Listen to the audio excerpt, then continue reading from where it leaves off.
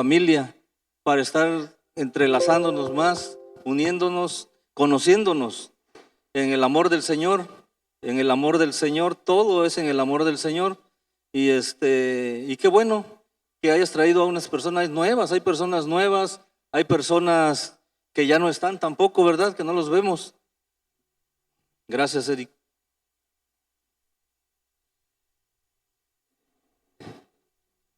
Y pues vamos a darle un poquito de más tiempo. ¿Ya? Ya le doy. Vámonos, recio. Bueno, mi nombre es Juan y creo que no se pudo, ¿verdad? Voy a estar tranquilo, Señor, gracias. Gracias por esto. El tema de esta noche yo le he titulado, no está tampoco. Bueno, no hay internet. Dice, ¿por qué he de congregarme? Es una pregunta, es una retórica que tú te puedes hacer, que tú no sé si ya haya pasado por tu mente, lo hayas pensado, lo hayas meditado, pero se llama, ¿por qué he de congregarme? ¿Por qué? ¿Qué tiene que, por qué tengo que ir yo a ese centro a estar ahí con ellos? ¿Por qué tengo que reunirme? ¿Qué beneficios tengo? ¿Qué puedo obtener? ¿Por qué? ¿Qué voy a perder? ¿Qué va a pasar conmigo? ¿Verdad? Esa es la pregunta de el nombre de este tema lo puse con un signo de interrogación. ¿Por qué he de congregarme? Pero este tema tiene un propósito, hermanos.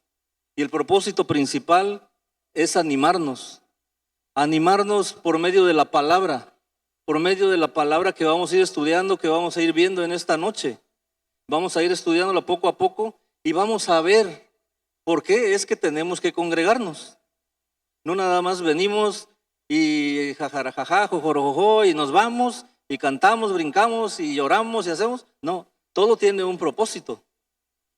Pero también vamos a empezar a retomar los propósitos de Año Nuevo.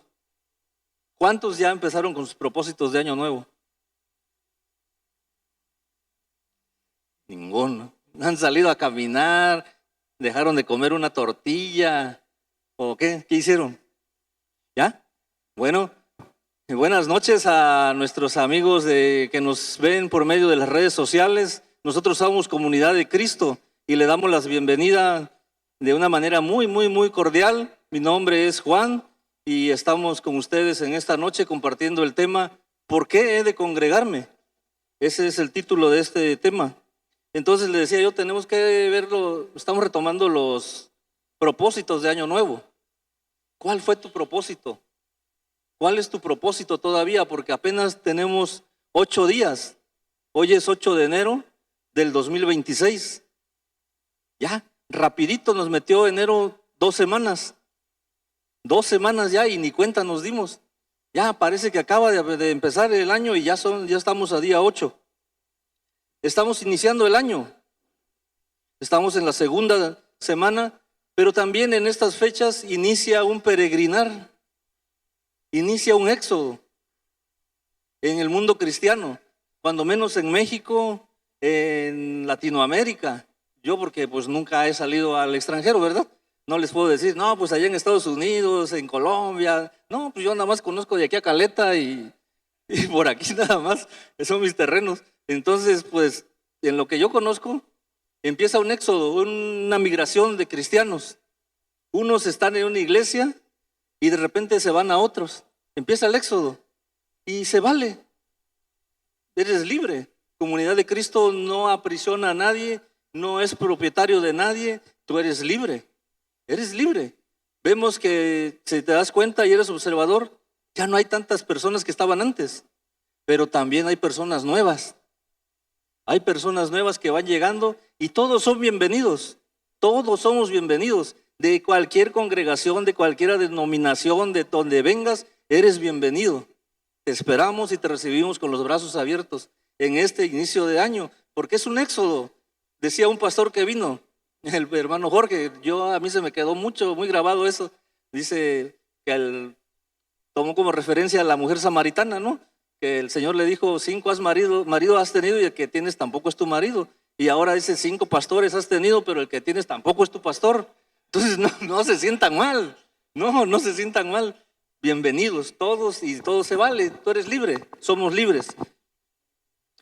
Y vemos ese éxodo, ese peregrinar en este mundillo cristiano que tenemos, ¿verdad?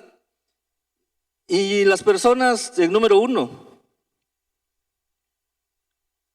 algunos se cambian de iglesia, se cambian de congregación y otros toman la decisión de dejar de congregarse. Dicen, yo el año pasado tuve varios bajones así con la capa caída y decía, no, ya no voy a ir, no, pues dije, sí o no. Y me encontré a más de uno en el camino que también, no, pues yo tampoco, ya no quiero ir y sí. Y fui viendo que otros ya no estaban, pero somos humanos, tenemos un montón de debilidades, somos hechos de emociones, de problemas y a veces no sabemos manejar el estrés y hasta delirios de persecución sufrimos a veces. Entonces toman la decisión de alejarse del camino del Señor, de abandonar la fe y dejan de congregarse, dejan de venir a la iglesia, pero no empiezan a meditar, a pensar el riesgo que se corre por dejar de congregarse, por dejar de venir a buscar al Señor, por dejar de venir a los pies de Jesús, por venir a los pies de Cristo. Algunos se cambian de iglesia por múltiples razones o motivos personales, por interés propio. Se cambia uno, ¿sí? Yo recuerdo que cuando en los años, a finales de los 70s, mi madre conoció de Cristo y me llevaba a una iglesia, a una colonia lejos allá, donde vivíamos. Y regresábamos y otra iglesia se instaló en el medio camino. Pero esta iglesia donde es que acaba de llegar era más moderna. Tenían grupo musical con baterías, guitarras eléctricas y pasaban películas. Entonces, ¿qué hicimos? Salíamos de allá y nos veníamos acá. Era un interés, ¿por qué? Porque veíamos que era diferente, ¿verdad? Era diferente en las cosas. Y te digo que muchos se cambian por motivos personales, por interés propio. En este primer mes del año, este mes casi la mayoría lo toma, las personas que van a hacer este tipo de situación, toman este primer mes del año. Pero también otros se cambian porque en algunas iglesias los pastores empiezan decretando en el año. Este es el año ¿de qué te gusta? El año de la resolución de los problemas matrimoniales. Y tú te quedas, aquí no me están ofreciendo nada. Y te vas para allá porque tienes problemas matrimoniales. Allá me van a solucionar mis problemas matrimoniales. Pero de repente sale otro pastor y dice, este es el año de los problemas económicos, tú vas a ser rico en este año. Y dices, no, a mí me falta plata, quiero un carro. Agarras y te vas también para otro lado. ¿Y qué otra te gusta? Dice otra, este es el año donde son cumplidos tus anhelos y deseos. Creo que saldríamos corriendo, ¿verdad? Porque todos tenemos un alma y en nuestra alma vienen los anhelos, nuestros deseos y nuestros pensamientos. Y si te ofrecen que se va a cumplir algo de eso, pues vamos a salir corriendo. Y muchas personas que no son maduras en la fe, personas que no están firmes en Cristo Jesús, personas que son emocionalmente, se dejan llevar por este tipo de cosas y se van. Pero no vas a escuchar que en una iglesia se diga, este es el año de la consagración. Ya cambian las cosas. Imagínate que tu pastor se parara y dijera, Comunidad de Cristo, ese es el año de la consagración.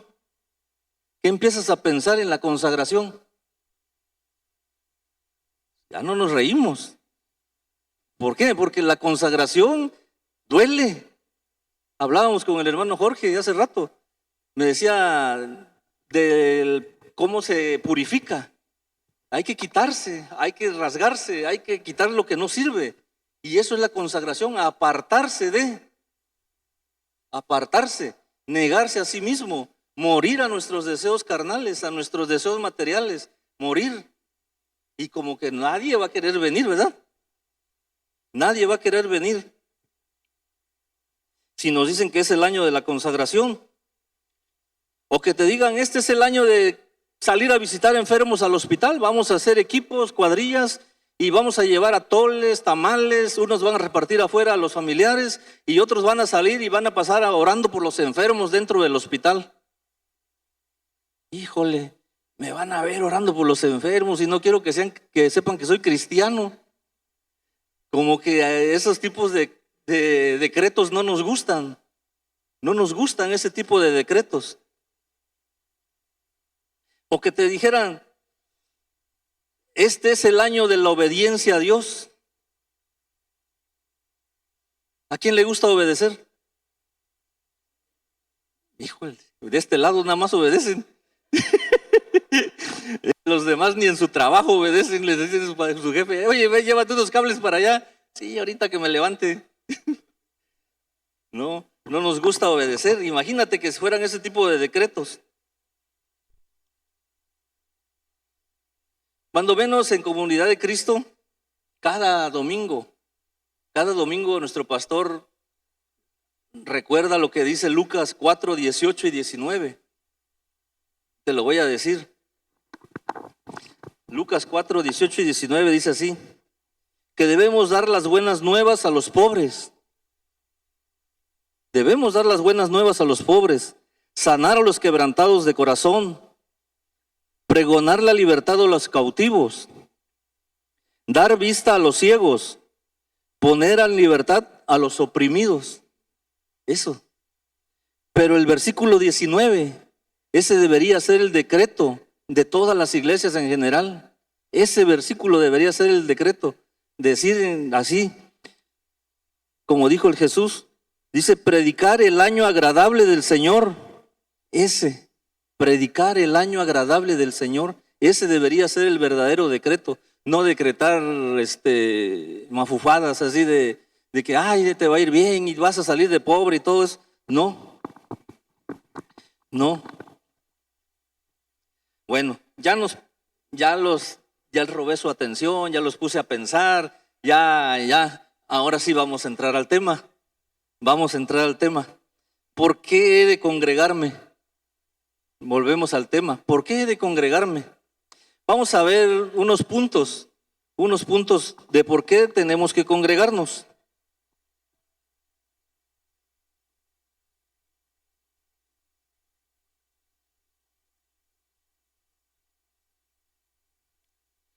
Muchas personas dejan de congregarse porque tienen problemas familiares. Cuando alguien conoce de Cristo, a veces es rechazado por su familia. Es rechazado. Tu papá o tu mamá pueden decir, si tú te conviertes al cristianismo, aleluya, toma aceite o como te quieran decir, olvídate que tienes padre, olvídate que tienes madre. Tus hermanos ya no te juntan, ya no te llaman, ya no te frecuentan, ya no te mandan el buenos días en el móvil, nada. Te empiezan a aislar. Entonces personas no soportan ese proceso, el pequeño proceso, pequeñito, los principios. No soportan ese pequeño proceso y declinan, se apartan. Esa semilla no cayó en tierra fértil y se mueren, se apagan y dejan de congregarse. Otro tipo de personas dicen, yo sí quisiera, yo sí voy.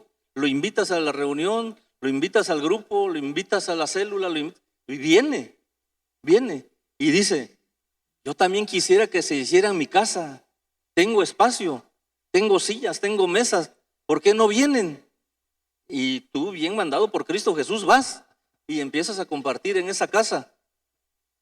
Pero después te dice, ¿saben qué? De repente ya no está, se pierde. ¿Y qué pasó con la persona? ¿Qué pasó con el hermano? No, pues no está. Pero es que la verdad sí quiere seguir, pero también quiere seguir en el mundo, le gusta echarse sus alipuses y le gusta bailar y le gusta la gasolina. Y entonces, ¿qué hacemos? La persona declina, termina yéndose y abandona también el camino. También abandona el camino. ¿Por qué? Porque no está seguro de lo que está haciendo. No está seguro de lo que está haciendo.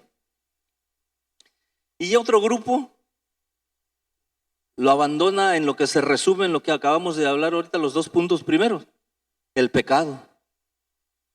A veces queremos caminar en Cristo, queremos vivir, queremos llevar una vida recta que le agrade al Señor, pero el pecado nos asedia, el pecado que nos asedia, el pecado que si no ponemos listo nos derrota, y ahí termina todo. El pecado termina apartándonos del camino del Señor y dejamos de congregarnos. Ya tenemos otros puntos.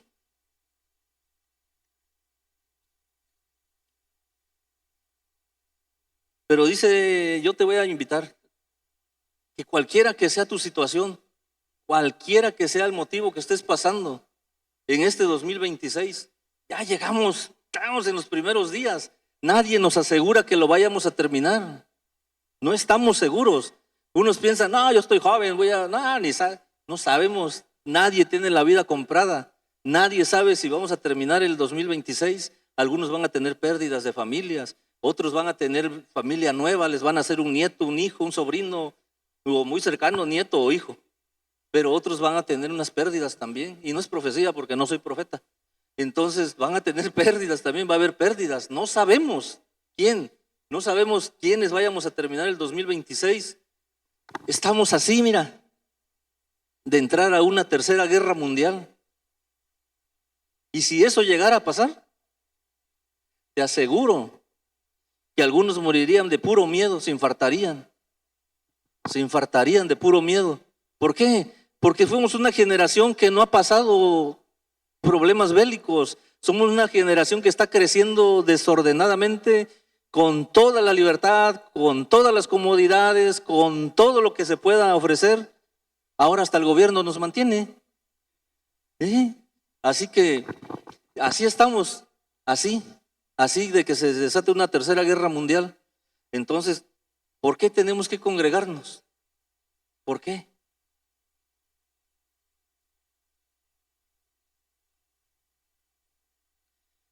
El primer punto es, tenemos que congregarnos porque es una institución bíblica. El que tú vengas cada domingo, cada jueves, o cuando seas convocado a la asamblea para adorar a Dios, al culto, a la reunión, a, ¿cómo le llamas? A la concentración. Que tú vengas es una institución bíblica, es un mandato. ¿Puedes poner, por favor, Isaías 56:7? Dice así: yo los llevaré a mi santo monte y los recrearé en mi casa de oración. Sus holocaustos y sus sacrificios serán aceptos sobre mi altar, porque mi casa será llamada casa de oración por todos los pueblos. Por eso, primer punto, ahí está, en Isaías 56:7, porque aquí dice, yo te llevaré a mi monte santo y te recrearé en mi casa de oración. Este lugar, este auditorio, en este punto de reunión, nos concentramos, nos reunimos para alabar, para glorificar, para exaltar al Señor. ¿Y para qué? Para recrearnos también. Somos recreados, somos regenerados, somos restablecidos. A veces vienes con la capa caída, que no tienes ganas de venir, y sales diferente por ese motivo. Somos llamados, este versículo es una profecía de inclusión. Estamos hablando de que incluye a todos, todos son bienvenidos, todos son llamados, todos puedan venir a congregarse. Es una adoración universal. En este auditorio no solo es un lugar para rituales, que vienen y lloran y se revuelcan y cantan y no saben ni qué hacer. No, hermanos, Aquí es un espacio de gozo y de comunicación con Dios. Aquí tú puedes venir y abrir tu corazón en el momento de la alabanza, cuando el pastor está ministrando. Tú tienes toda la libertad de abrir tu boca. Aquí no se te va a juzgar, no se te dice nada. Tú tienes la libertad de abrir tu boca y soltar lo que tienes, confesar tus pecados, alabarlo. Si tu deseo es alabarlo, glorificarlo, exaltarlo. Si tú vienes cargados de problemas, si tú vienes cargados con cosas, o si traes autocondenación, ese es el momento correcto. Ese es el momento para soltar. Por eso dice, mi casa será llamada casa de oración. Y si vemos a Jesús cuando entró al templo y tiró las mesas, se estaba haciendo de todo, vendiendo, pero menos orando, menos exaltando, menos gozándose. Estaban haciendo otras cosas, pero dice, mi casa será llamada casa de oración. En este lugar hay días de oración también. Al ratito, ya después que termine, pasa alguien y da los anuncios y te va a decir, tal día hay oración. Y en esas oraciones se pide, se ruega, se intercede por diferentes puntos, por diferentes necesidades, por las necesidades de algunos hermanos, por alguna situación que esté pasando en la ciudad, por diferentes cosas, diferentes motivos. Se ora en un día específico y en un horario especial. Por eso también dice, mi casa será llamada casa de oración. Por eso también tenemos que congregarnos. Número 2, el escritor de la carta a los Hebreos. Este escritor, la Biblia no nos informa quién es realmente, ¿verdad? Se le atribuye a Pablo, se le atribuye a Lucas, se le atribuye a Bernabé o a Apolos. Cualquiera de esos 4 servidores de Jesús pudo haber escrito la carta de los Hebreos. Pero cualquiera que haya sido, nos dejaron un consejo muy, muy, muy grande y de mucho valor. ¿Me puedes poner Hebreos 10:25, por favor? Dice así, Hebreos 10:25. No dejando de congregarnos, como algunos tienen por costumbre, sino exhortándonos, y tanto más cuando veis que aquel día se acerca. No debemos dejar de congregarnos. Ese es un texto de veras, un consejo, un texto, una exhortación de gran valor para estos tiempos. Y dice, cuando veas que aquel día se acerca. ¿Qué día se acerca? La venida de Cristo. La venida de Cristo. Y debemos estar preparados. Debemos estar como las 10 vírgenes. Bueno, eran 10, pero 5 estaban velando y 5 se durmieron, ¿verdad? Entonces tenemos que estar como las 5 que estaban despiertas, velando, preparando. Por eso dijo el Señor, velad y orad, para que no caigan en tentación, porque Él vendrá como ladrón en la noche. Y ahí nos está diciendo, cuando aquel día se acerca, dice que Él vendrá como ladrón en la noche. Un ladrón, un ratero no te va a avisar. Mira, ¿sabes qué? En la noche voy a ir a robar a tu casa como a las 3 de la mañana cuando estés bien dormido. No te vas a dormir. Vas a estar despierto esperándolo. Entonces así será. Y dice Hebreos, dice, cuando veas que aquel día se acerca, la venida de Cristo está cada vez más cerca.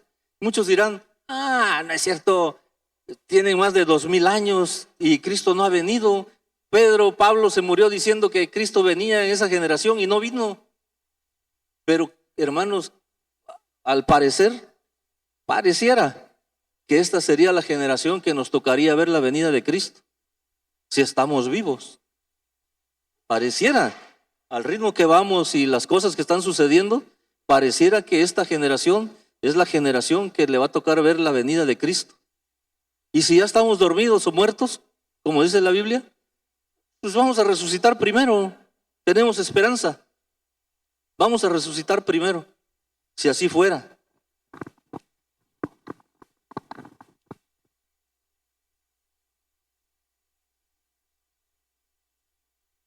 Número 3, Jesús nos dejó ese ejemplo. Jesús nos dejó el ejemplo de congregarnos. Por favor, pones Lucas 4:16. Lucas 4:16 dice así. Entonces Jesús le dijo, no, Lucas 4, no 14.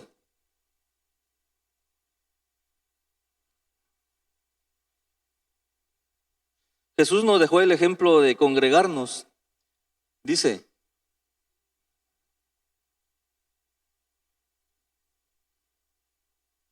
Lucas 4:16, ya estamos mal. Ah, sí, está bien.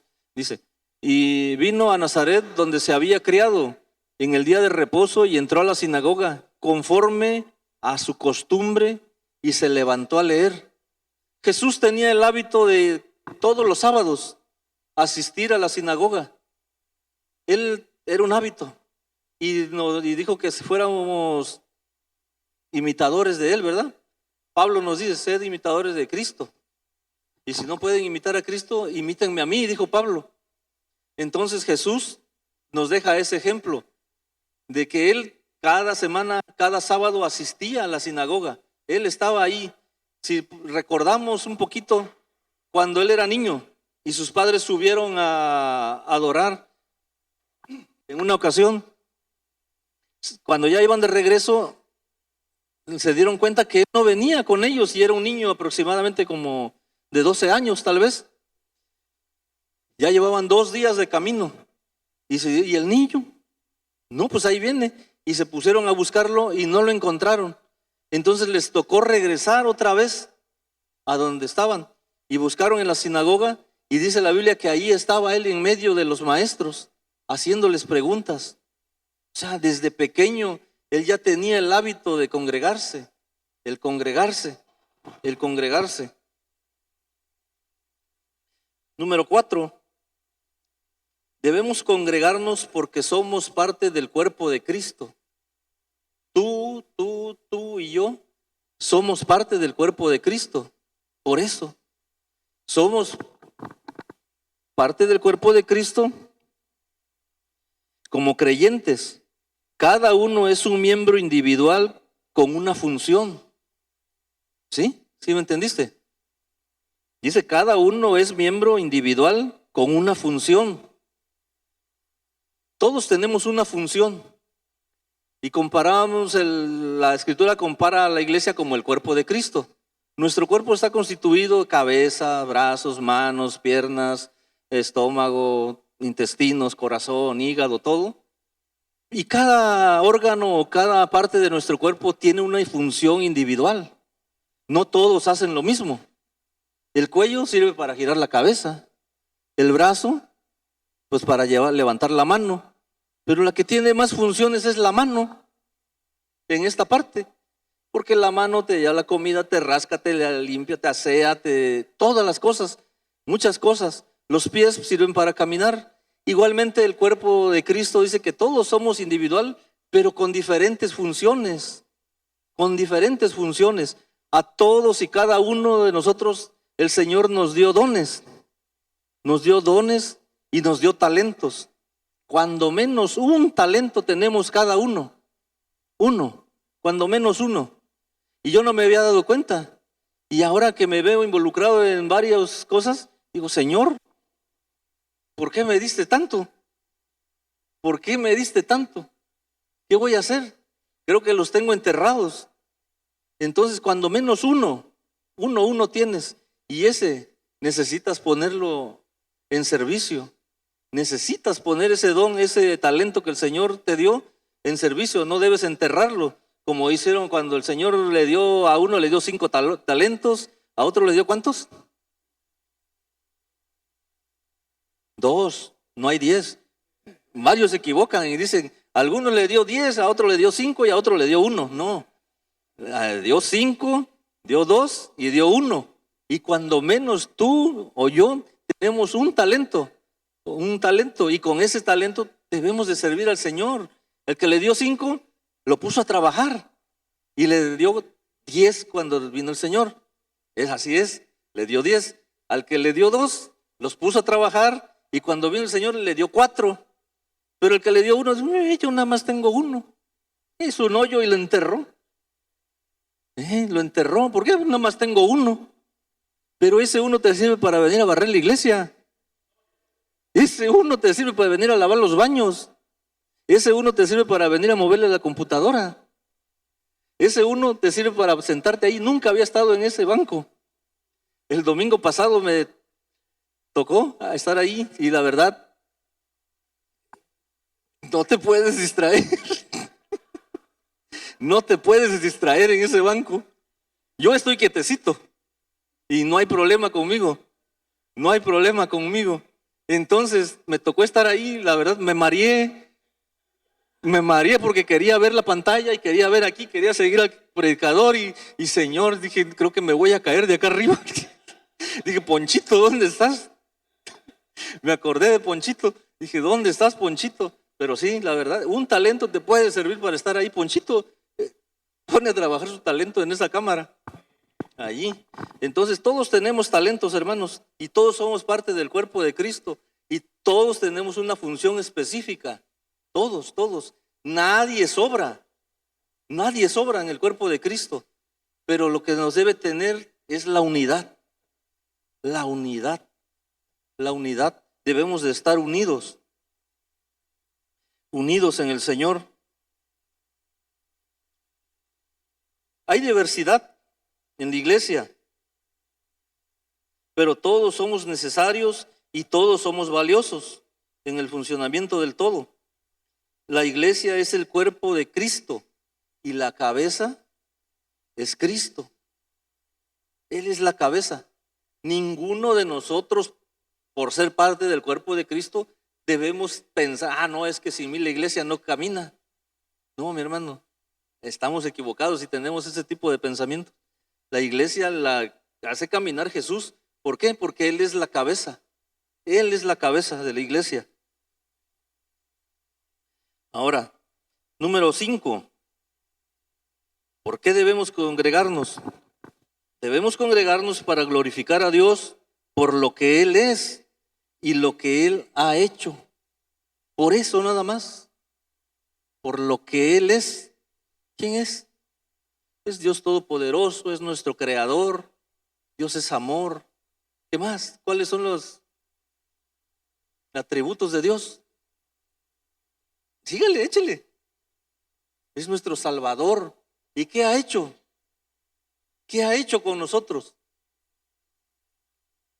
Desde cada mañana que abrimos los ojos, y te toca, ay, sí estoy vivo. Nos da vida, nos perdonó, llevó nuestras culpas, nuestros pecados, nos reconcilió con el Padre. Tenemos que congregarnos para venir a darle gloria y honra a Dios por todo lo que Él es y por lo que ha hecho en nosotros. Por favor, el Salmo 104 y 5, por favor. Dice así: entrad por sus puertas con acciones de gracias, por sus atrios con alabanza, alabadle y bendecid su nombre. ¿Qué sigue? Porque Jehová es bueno, siempre, para siempre es su misericordia y su verdad por todas las generaciones. Por todas las generaciones es su verdad. Pero a veces se nos olvida. Y antes de llegar alabando y glorificando a Dios, queremos presentar nuestras necesidades, nuestras peticiones. Oh, Señor, me gustó el carro del hermano Jorge. Ya lo toqué. Ya tu palabra dice que todo lo que toquemos o pisemos será nuestro. Y empezamos con esas cosas en lugar de venir, como dice el Salmo, entrad por sus puertas con acciones de gracia y alabanza. Se nos olvida. Fíjate, anteriormente, bueno, o en algunas iglesias tal vez se dará, pero las personas llegaban media hora antes de que iniciara el servicio. A mí me tocó ver porque yo viví unos años en la casa de un pastor, fue mi tutor. Entonces, y me tocaba ir a barrer la iglesia, limpiarla, acomodar las sillas, y ahí me quedaba. Entonces, la gente llegaban, personas, hermanos, media hora antes. ¿Y qué hacían esas personas? Se hincaban en esta parte. Se hincaban a orar. Y se ha perdido esa costumbre, ese hábito, o esa manera de alabar o glorificar a Dios. No eran religiosos, no eran legalistas, no, Eran personas que querían, que venían de todo corazón a alabar a Dios, a glorificarlo, a darle gracias. Si tú has leído el Padre Nuestro, o cuando eras de la otra iglesia lo recitabas, ¿cómo inicia el Padre Nuestro? Dando gracias, alabando. No inicia, danos el pan de cada día, no, ¿verdad? El pan de cada día va como a la mitad, no va primero. Entonces debemos entrar por sus puertas con acciones de gracias. Ahorita, bueno, ha cambiado las cosas. Tal vez me vi retrógrada, decía, eres retrógrada, eso ya no se hace, de pasar al frente y estar hincado ahí. Aquí que el único que he visto que se postra es el hermano Jorge. La verdad, así, es el que he visto yo. Y la verdad, Dios le bendiga a mi hermano Jorge. Y el número 6, debemos congregarnos porque debemos ser alimentados espiritualmente. Debemos ser alimentados espiritualmente. En Hechos 20:28, por favor, dice así: por tanto, mirad por vosotros y por todo el rebaño, en quien el Espíritu Santo os ha puesto por obispos, para apacentar la iglesia del Señor, la cual Él ganó con su propia sangre.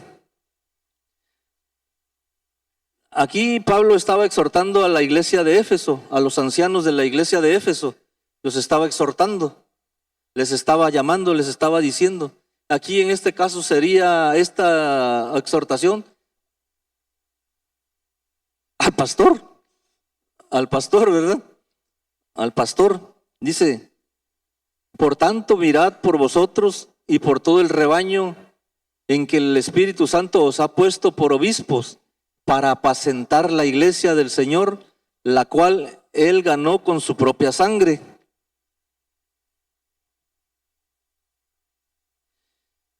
Debemos ser alimentados. La función del pastor es tener alimento nuevo, alimento, doctrina sana, darte palabra cada vez, cada reunión, en cada jueves o domingo, darte sana doctrina, llevarte a los pies de Cristo, exhortarte, animarte. Esas son las cosas que te tienen que venir. Y esa necesidad tenemos, por eso tenemos que congregarnos, porque necesitamos ser alimentados espiritualmente. Número 7. En este puntito me voy a extender un poquito, todavía tenemos tiempo, son las 9. Dice el número 7. Debemos congregarnos para escuchar la palabra de Dios y crecer en la fe. Por eso debemos congregarnos, para escuchar la palabra de Dios y crecer en la fe. Vamos a Romanos 10:17, por favor. Dice, así que la fe es por el oír, y el oír por la palabra de Dios. Por ese motivo, nuestra fe se fortalece cada vez que venimos, que nos congregamos y escuchamos la palabra de Dios. Nos dan un sermón, nos dan un tema, nos dan una enseñanza, y tú escuchas, y tus dudas, las cosas que tienes ahí que no le encuentras cuadratura, a veces el Señor te habla por medio de aquella palabra. Es, era así, era por esto, y tu fe empieza a crecer, tu fe se empieza a desarrollar. Pero la fe es como un músculo. Un músculo, si tú quieres que te crezca, tienes que ejercitarlo. ¿Sí? Porque no puedes decir que tienes fe y no hagas nada. Dice la Biblia que sin fe es imposible agradar a Dios. Si no tenemos fe, no podemos agradar a Dios. La fe se nutre oyendo, hermanos, oyendo la palabra de Dios, estudiando la palabra de Dios, meditando la palabra de Dios. Una cosa es leer, otra cosa es estudiar y otra cosa es meditar. Y de esas tres maneras tu fe se va a nutrir. Y si tu fe se nutre, va a crecer tu fe.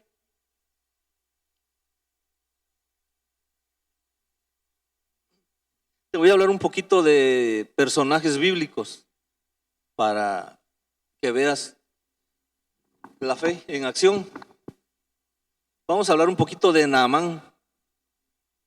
En el Antiguo Testamento existió un comandante del ejército sirio llamado Naamán. Este hombre era de un alto rango en el ejército, era un comandante, pero tenía una enfermedad que lo hacía que se sintiera rechazado, retraído, inseguro, que no le permitía tener con su familia o con sus compañeros cuando el rey le llamaba, porque era el comandante del ejército y su comandante supremo era el rey. Entonces él no podía tener esa confianza de, ay, soy leproso. No, lo mandan al leprosario. Entonces Naamán tenía esa enfermedad incurable en esa época. Y Naamán tenía los medios económicos para buscar ayuda médica. Tenía los medios para pagar porque ganaba bien en el ejército. Y creo que así lo hizo. Ha de haber buscado médicos como la mujer que estaba enferma del flujo de sangre, que gastó su dinero en buscando sanidad. Pero Naamán no nos especifica la Biblia si hizo o no hizo, yo estoy especulando. Entonces puede ser que él haya buscado ayuda, pero no encontró. Nadie le pudo dar solución para la cura de esa lepra. Pero dice la Biblia así parafraseadamente, que había una niña, una sirvienta, una esclava israelí que tenía en casa de Naamán, y le dijo a la esposa de Naamán, le aconsejó, le dijo, señora, si mi señor fuera a Israel, allá hay un profeta, el profeta Eliseo, que vaya y lo visite y él podrá curarlo. O sea, la niña le aseguró con aquella certeza, con aquella fe. Le aseguró, le dijo, que vaya y el profeta lo va a curar. Entonces, la esposa de Naamán empiezan a platicar y Naamán como que, no, si voy o no voy, soy el comandante. Entonces pasa el tiempo y la esposa convence a Naamán y Naamán termina yendo a ver a Eliseo. Pero la sorpresa aquí es cuando Eliseo le da el método. El método no le gustó a Naamán, no le gustó. Eliseo le dice que vaya al río Jordán y se sumerja 7 veces para que quede sano. Entonces Naamán dice, oye, pues, ¿sabes quién soy yo? No soy cualquier persona, soy el comandante del ejército. Entonces, no va, se regresa. Y la niña vuelve otra vez y le dice, señora, si mi señor fuera y se sumergiera 7 veces en el río, quedará sano. Dice Naamán, ¿por qué me mandaron a ese río con aguas turbias? El río Jordán. No sé si era temporada de lluvia o así serán las aguas del río Jordán. Pero dice que Naamán dijo, no, en Damasco hay ríos con aguas más puras, más blancas, más transparentes que las aguas del río Jordán. Pero no le quedó de otra y terminó yendo, pues vamos a ver qué pasa, ¿no? Y dice que la Biblia que va y se sumerge 7 veces. Y cuando se dio cuenta, su piel empezó a cambiar, se le empezó a caer la lepra. La piel de Naamán empezó a quedar como la piel de un bebé, de un recién nacido, tersa, fina. Cuando has agarrado a los bebés, yo recuerdo cuando trabajaba y me tocaba bañar bebés, híjole, la pielecita, las tocas y huelen sabroso, los bebecitos. Así le quedó la piel a Naamán, así le quedó la piel a Naamán. Entonces, al salir Naamán de ahí, fue reseteado. Dice la Biblia que en ese momento la fe de Naamán cambió. Naamán dejó de adorar a los dioses paganos y se convirtió y empezó a adorar al verdadero Dios. Hay un motivo de fe ahí. Ahí creció la fe de Naamán y se ejercitó. ¿Por qué? Porque obedeció. La obediencia lo llevó a que su fe creciera. Otro El rey David todavía no era rey, era David nada más. Cuando peleó con Goliat, David no llevaba armadura, no llevaba una lanza grande, no. David llevaba fe en un Dios todopoderoso. El ejército de Israel veía un gigante invencible, pero David veía un Dios que nadie, ni nada, ni nadie lo podía vencer. David llevaba fe en ese Dios, en el Dios que nadie podía derrotar. ¿Y cuál fue la historia final? Terminó matando a Goliat por su fe, que con una piedra lo derrotó. Y así podríamos seguir hablando, podríamos hablar de los héroes de la fe, pero no, te estoy tocando personajes que no aparecen en los héroes de la fe. Podríamos hablar del rey Josafat también. El rey Josafat, en su reinado, tuvo una pelea que no se llevó a cabo por la obediencia y por la fe. Por la obediencia y por la fe nada más, por eso Josafat. Otra, el número 8 ya para terminar, para que se vayan a cenar. Debemos asistir a la iglesia o congregarnos para ser edificados y exhortados unos a otros. Primera de Tesalonicenses 5:11, por favor. Dice así: por lo cual, animaos unos a otros y edificaos unos a otros. Para eso, para ser animados. Cuando ves que el hermano lo veas ahí medio caidón, hermano, échale ganas. Qué bueno que estás aquí. O cuando ves que viene un hermano que ya no ha venido, que tiene 2, 3 meses que no viene, en lugar de que le digas, qué milagro que viniste, por eso tembló. No, hermano, ve y abrázalo, dile qué bueno, gracias a Dios, estábamos preocupados por ti, que no habías venido. Para eso, para ser edificados, así nos edificamos, así en la unidad en el cuerpo de Cristo. O si ves a alguien en la calle que ya ha dejado de asistir, y a veces los ves en mal estado por allá, y dices, no le hables, anda en pecado, y te volteas tú bien santo. No, hermano, no, porque si tú lo traes nuevamente a casa, dice que su sangre va a ser limpia, tú vas a ser libre de la sangre de ese cuate. Pero si al contrario lo señalas y ni le hables, no te juntes, no le voltees a ver, su sangre va a caer sobre ti. No, cuidado, debemos de ser edificados para eso, dice Tesalonicenses.